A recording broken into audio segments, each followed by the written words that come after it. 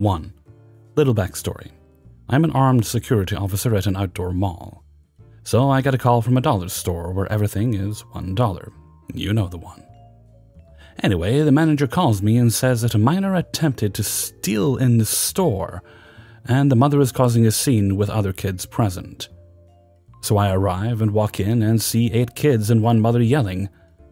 So I raise my voice and loudly exclaim, "Quiet right now!"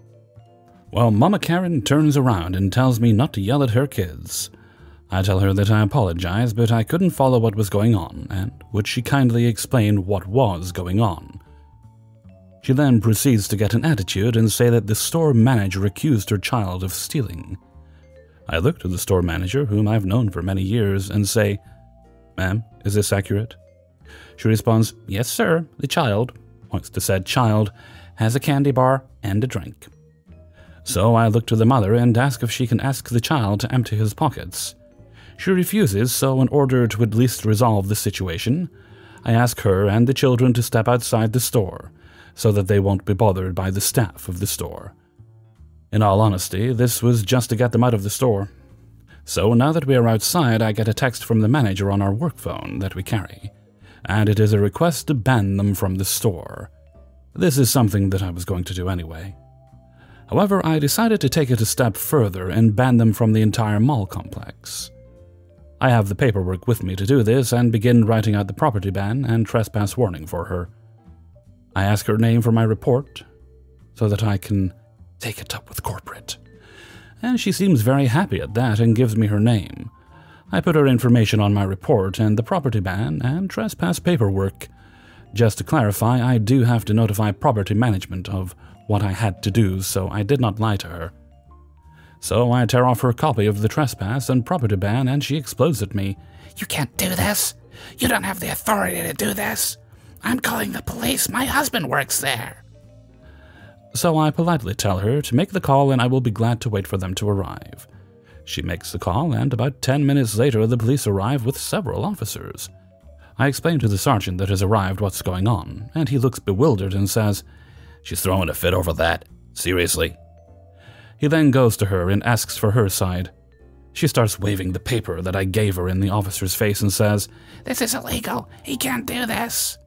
So the officer looks at the paper and then at her and says with the most polite and charming smile that is hiding a laugh, "Ma'am, this is valid, and according to you, you're banned from the property." "But how'll I do my kids' shopping?" The officer tells her she will have to go to another mall 45 minutes away. She huffs and calls her husband, who arrives shortly. He does indeed work for the police department, and he speaks to me and looks at the paperwork.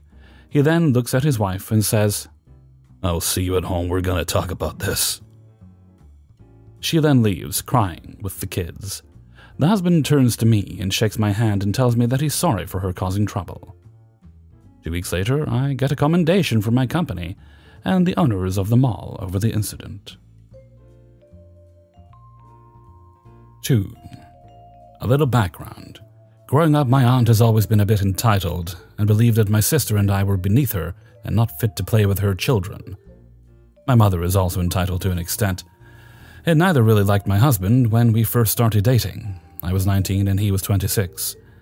Our first Christmas together we spent at my grandparents' house, and it was always the rule that the older children had to watch the younger children until you became an adult.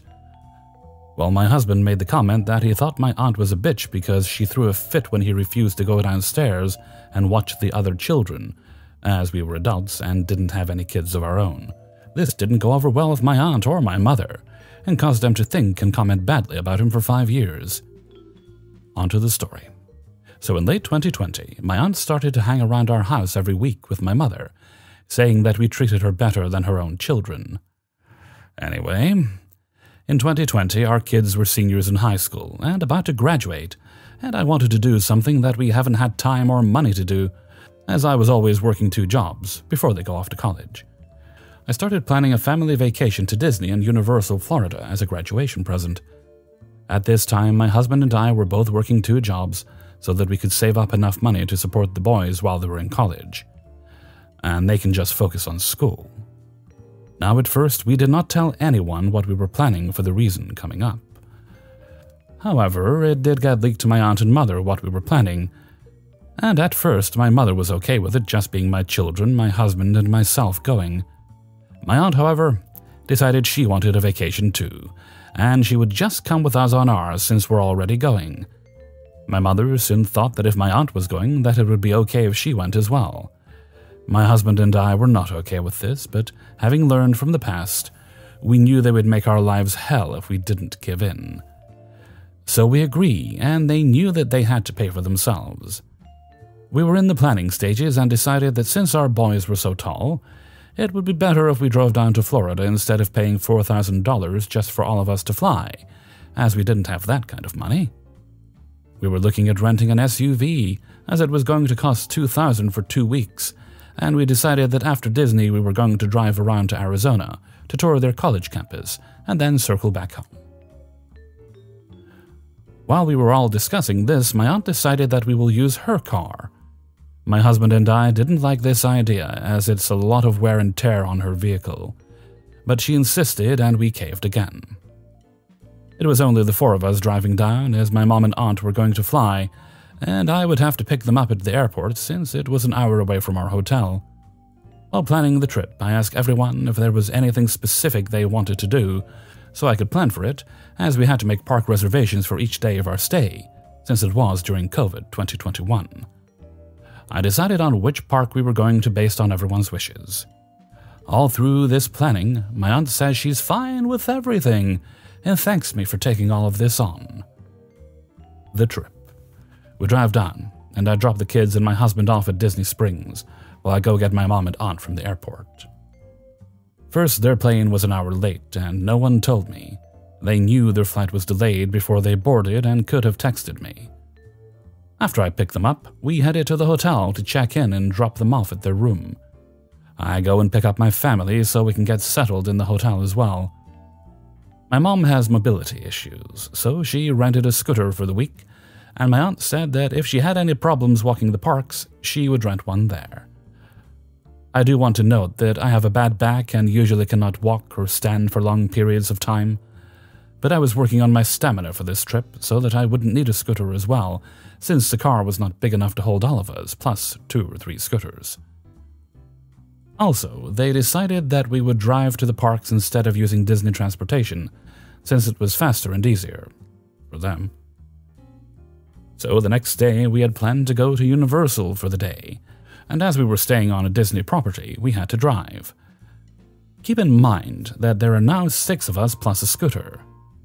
The first hiccup happened when we were looking for the Diagon Alley entrance, so we could get ones for the boys to use around the parks. None of us have been to Universal except for my aunt, so we were a little lost and I was looking on the app trying to figure out where to go. My aunt then starts saying that I don't know what I'm doing and asks, "Do you know where you're going?" I reply that as this is the first time I have been here, no, I don't know where we are or how to get where we are going. She huffs and starts talking bad about me to my kids. I make the comment that since she has been here before, she should take the lead and we will follow. She says no, and that I am better at figuring this stuff out. Eventually, we find the entrance to Diagon Alley, and we get the ones and start wandering around. She is still a little huffy about the fact that I stood up to her, but I ignore it and just try to have fun. There were a few rides that we wanted to go on that they couldn't, so we split up after lunch, my husband and I one way, our kids go off in another direction, and my mom and aunt go somewhere else. While we were waiting in line for a ride, my mother calls me and says that my aunt was trying to get a scooter, but as the park was out of scooters, she's going to take the car and go back to the hotel. I said how, as I have the keys. She said she brought the spare keys and she will come back for us when we are done. I go into panic mode as my aunt is known to ignore our calls and texts and will fall asleep and not wake up until morning if she's worn out.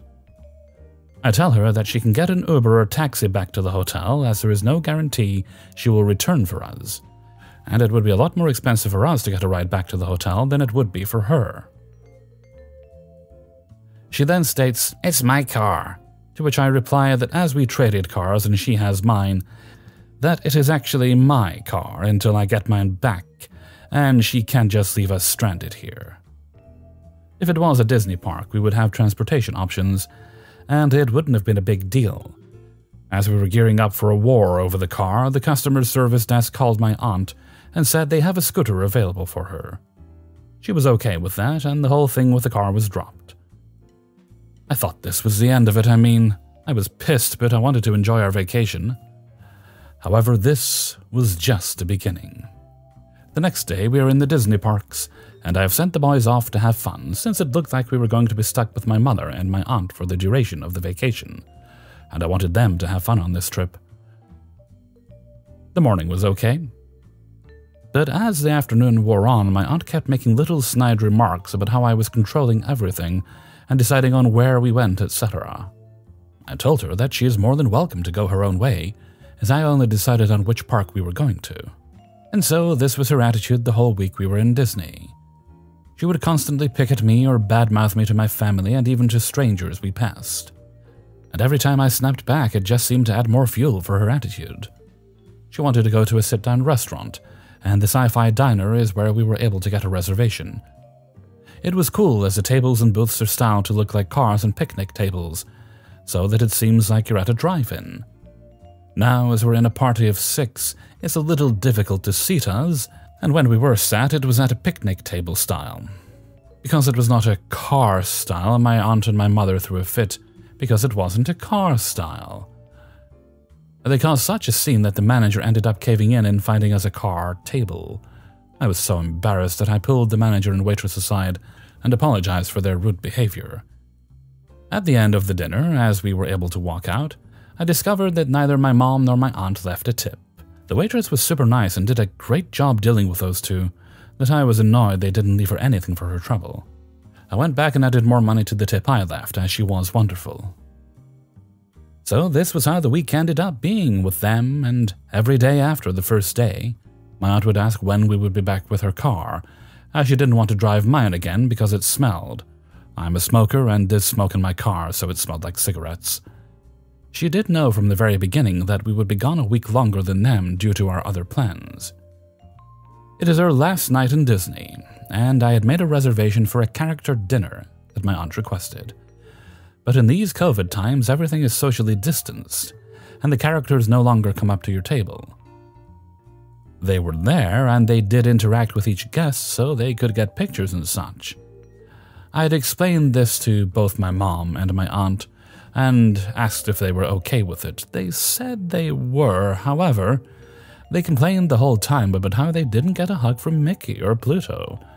And again, they failed to leave a tip for the server, who was bending over backward to make sure we had enough of everything. But since they couldn't hug the characters, it was the worst meal we ever had. I was fed up with them at this point, and after we were done eating and paying, I left a big enough tip for all of us. The boys, my husband, and I go to ride a couple of rides before we go back to the hotel. There was one ride that my mom wanted to go on with us, but she didn't communicate that to me, and so we didn't know and went on that ride. We met up with them when we got off the ride, and she was livid that we didn't wait for her. We said we were willing to go on it again, and there was no line, and we liked it, but she said she just wanted to go back to the hotel. The next day, I drove them to the airport in silence and dropped them off. I cannot tell you how relieved I was to see them go. Later, I found out my aunt had left my mother in the airport to get to the gate on her own in a wheelchair with her luggage. My aunt had the tickets on her phone, so I don't know how my mother would have been able to board the plane if she hadn't caught up to her, thanks to a traveling mother with kids. After they left and we continued our trip to Arizona, our vacation lightened up, and my husband and I started to have fun. And we thought that would be the end of it until we got back home. Again, we were so wrong. Every day, about 2 or 3 times a day, my aunt would text my husband. She would not contact me at all, and ask when we were giving her car back, and he would tell her the same thing we told her in the beginning. When we got to the border of Colorado and Omaha, we did start to get a little worried that she might report her car as stolen, which would have cost me my job. Thankfully, she didn't go that far. After we got home, we detailed the car and filled the gas tank up so that it was much cleaner than it was when she gave it to us, and so she wouldn't have anything to complain about. The next morning, we took her car back and picked up mine. When we arrived, my uncle, her brother, came out of the house and just stood there with his arms crossed and didn't say a word to me. Just stared at me like he thought I was going to try to get past him to do something to my aunt. I knew then that she had been telling everyone in the family how I mistreated her. I don't know what my uncle thought I was going to do, but I guess I didn't do what he expected because he stood there with a surprised look on his face.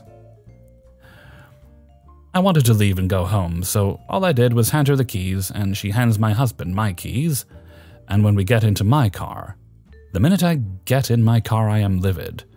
It was trashed and only has a quarter of a tank of gas. I gave it to her clean with a full tank of gas. That night, my aunt sent a text to my husband, thanking him for cleaning the car, and had to admit it was cleaner than it was when she gave it to us. Which was true, since she had left food in it. As we were leaving my aunt's house, my husband turned to me and said, "Yeah, I was right 20 years ago. That woman is a bitch." To this day, that side of the family does not talk to me, and I am okay with that. My mother is still super pissed at how my aunt and uncle treated me, and has not voluntarily talked to them if she can help it. In the future, we have decided that if we tell the family what we are doing, we are going to tell everyone that it will just be the four of us, so no one else will be welcome. That was the first major family vacation we've had since the boys were born, and my aunt and mother ruined it for us. At least my kids had fun, since I wouldn't let them be dragged into their drama. 3. It's that time of year again when I find myself remembering a bit of entitlement that I encountered near Easter. And it was all over a simple, yet delicious cake. Some years ago, my family went to a church that had an Easter bake sale every year, the Saturday before Easter. They would make cakes in the shape of bunnies, lambs, Bibles, crosses, etc., as well as other Easter treats. There were some talented bakers in this church, so these cakes always looked and tasted wonderfully. Every year we'd go to the sale early to get a cake and a large chocolate and peanut butter egg. It was a tradition. One year things were a bit more hectic for my family. Mom had to go to the office on that Saturday for a few hours, so we couldn't go to the sale early. My uncle and his family were also coming to the house on Sunday to share Easter dinner with us. Mom had a meal planned, but she wasn't sure if she had much time to make a decent dessert. Good fortune seemed to smile on us when it was announced in the church that we could pre-order and prepay for any cakes and treats we wanted that year. After that service, we sought out B, who was in charge of the bake sale, and ordered a lamb cake and a chocolate and peanut butter egg. As we paid, Mom and I told B about my uncle coming to dinner and how much we wanted the cake. Mom explained she had to work a few extra hours and asked how long the bake sale would be set up.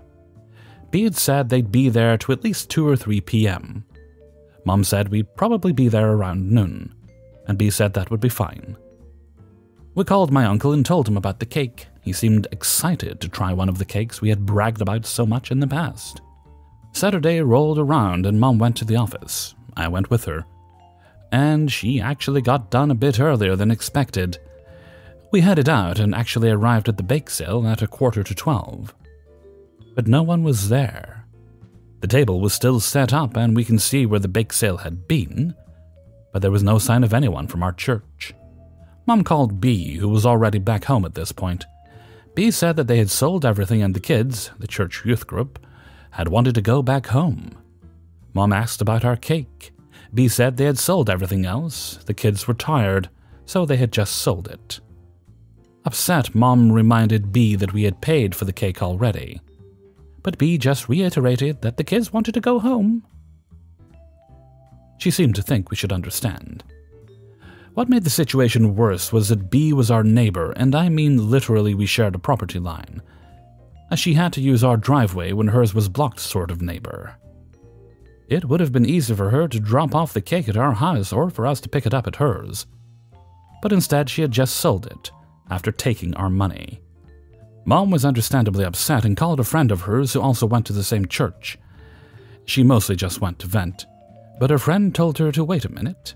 Her friend made calls to the other people in the church and soon called us back, to tell us another cake was being made for us. Later that evening, we met up with another lady from the church who gave us a cake. Dinner the next day was perfectly fine, and my uncle never knew about the whole fiasco.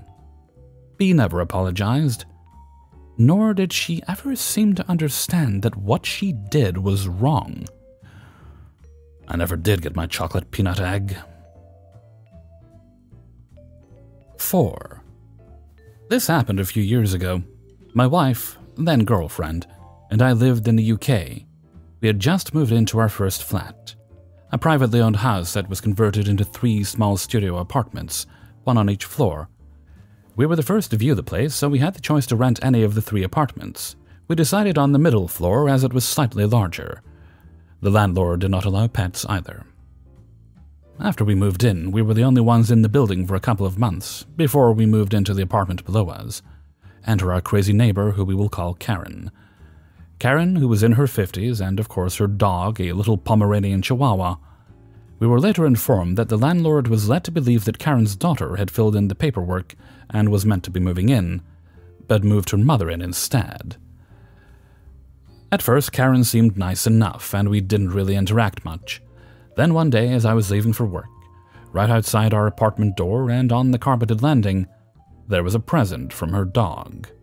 I knocked at Karen's door and told her that she needed to come pick up her dog's mess from in front of our door. She came up and asked me if I had something she could pick it up with. After being told no, we didn't, she should have brought a poo bag. She went and got a kitchen tea towel to pick it up. After her dog did this a second time and threw up, I had taped up 2 shelves and left a note on it saying, "Do not move," then placed it in front of the stairs so that her dog could not get up, but you could easily step over it. Also, behind the staircase on the ground floor was a door that led to the backyard. These doors were heavy fire doors, which Karen wedged open so that she could let her dog out to do his business. We did not know this at the time and only figured it out when I went out the front door one day and it slammed behind me, and I mean slammed. When I got back in, Karen slammed her door, and there was a note on our makeshift dog gate that read, "Do not slam the door." So I banged on her door and told her that I did not slam the door on purpose, and that because she wedged the doors open, the wind had slammed it behind me. I removed the door wedges because anybody could have broken in. She continued to do this a few times, and I removed them every time by checking the doors before going to bed. Now a bit more backstory. My wife is profoundly deaf, and Karen had a habit of forgetting her house keys when she went out and had to climb in through her window. This happened often. So after being locked out a few times, my wife gave Karen her phone number so that if she got locked out, then Karen could text my wife and my wife could let Karen back in. The worst of her entitlement and craziness happened the night she moved out. Karen eventually moved out and phoned my wife's phone the night she moved out around 7 p.m. and I answered. Karen asked if she had left her curtains under the stairs by the fire door as she couldn't find them. I went to check, and there was nothing there. Karen thanked me for checking and hung up. Around half an hour later, my wife and I were eating our tea and Karen phoned back. We decided to let it ring as we were eating. After it rang, there was a voicemail left, so I listened to it. Karen was angry in tone, arguing that I had stolen her curtains and other items that she had left under the stairs, which we didn't.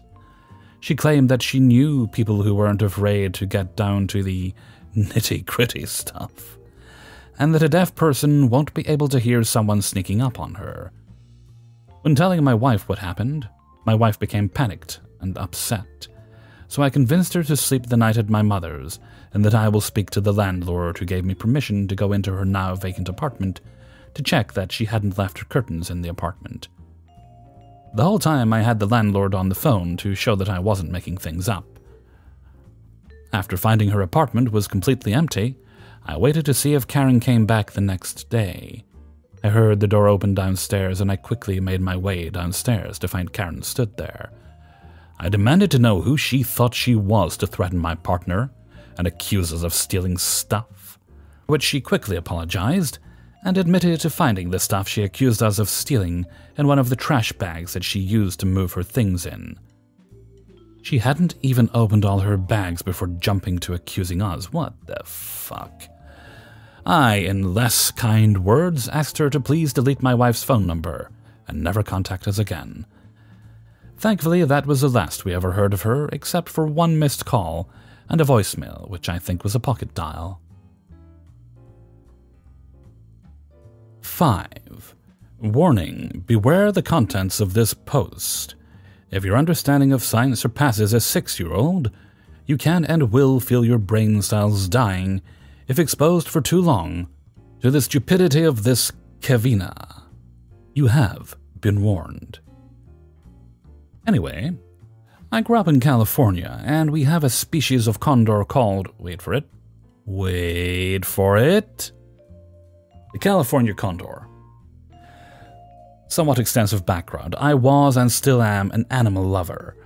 In elementary school, I would read books about all kinds of snakes, lizards, vultures, condors, basically most creatures that most little girls wanted nothing to do with. To be fair, once I learned how spiders ate, and then about spider wasps, I kind of nubbed the hell out of the insect and arachnid kingdoms. Well, as a little girl with eclectic tastes, I spent my childhood perking up with a lot of interest upon hearing about how the California condors had gone extinct in the wild, and how conservationists were reintroducing them from captivity breeding programs. By the time I hit high school, I was ecstatic when condors began wheeling and circling in the skies around my hometown. For some odd reason, they really seemed to like our imported, long ago, eucalyptus trees. Enter Kevina. Kevina was a girl who went to the same school as I did, and we ended up butting heads off and on over my childhood. Now, for whatever reason, Kevina believed that it was her life's goal to out-knowledge the local animal lover. Unfortunately, Kevina's life goal coincided with the absolute conviction that she was right about so very many, very many wrong things. 1. Snakes were slimy, regardless of what the book said. 2. All snakes were poisonous. There is no such thing as venom. That's the incorrect and out-of-date term for poison. Constrictors are poisonous too, by the way. 3. Frogs and toads can give you warts, because the human papillomavirus, HPV, can be contracted from amphibians. 4. Cows are animals, not mammals, because the two are mutually exclusive. 5. Ants are not animals, they're insects, again mutually exclusive. 6. And the crux of our story. The giant birds circling over our town were red-tailed hawks. As I watched our condor population soar, yeah, pun intended, you heard me, from 6 to 20 plus individuals over the years, Kevina and I had several verbal altercations over the identity of our birds. This sums them all up. Oh, the hawks are back. I look up. Nope, those are condors. No, they're hawks. Want to know how to tell the difference? The shape of their wings. The wing shape of those birds says they're red-tailed hawks. Note, these birds were circling and coming down to land in our eucalyptus trees at a height of about 3 stories up in the air. They would land awkwardly, flaring their huge wings until they got their balance. Even from this distance, you could see that their heads were naked of feathers. Kevina, these birds don't have feathers on their heads. Their tails aren't red, and their wingspan is huge. Condor, 9.5 feet. Red-tailed hawk, 4.8 feet at most, y'all. No, you're wrong. You just can't see the red of their tails from below. This is one thing I know more about than you. No, you don't, Kevina. Yes, I do. The shape of their wing says hawk, so you're wrong. She turned back and walked away the instant I held a science book about animals anywhere near her.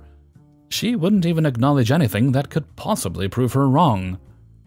On the plus side, this provided me with a very cross versus vampires way of making Kevina shove off during my school years. 22 years later, Kavina is a staunch anti-vaxxer. I'll give you a moment to pick your jaws up off the floor. She found me after a 20-year gap and spent much of the next 2 years yelling at me on social media to wake up, do my research, and stop injecting my body with autism before I blocked her. Yes, vaccines don't give you autism. The injections are autism. I just can't even anymore. Hey everybody, Hellfreezer here, and thank you very much for listening to Idiots in the Wild, episode 58. And thank you very much to everybody who allowed me to use and sent in stories for use in this video. If you enjoyed the video, then please do share it with all your friends and family. I really appreciate it when you do that. It does help so much. Can't stress it enough, and I'm very grateful. Alright, let's see. No shout-outs today, I don't believe... actually, no, there aren't. However, we have a Hellfreezer's question of the day. It's a bit of a weird one, but bear with me. If you were a milkshake, not your favorite, not necessarily your favorite, but if you as a person were a milkshake, which milkshake would you be? I would be a banana and chocolate milkshake with sprinkles on top and Pop Rocks mixed into it. Poured over somebody's head. All right, maybe not that last part, but that's probably what my personality would be as a milkshake. Leave your answers. I'm not doing another retake. Leave your answers in a comment below, please. And I will look at them and go, it's pretty cool, or never thought of that, or damn, that's kind of weird. Anyway, with that, I'm going to head off for now. So until next time, thank you very much for listening, and take very good care of yourselves.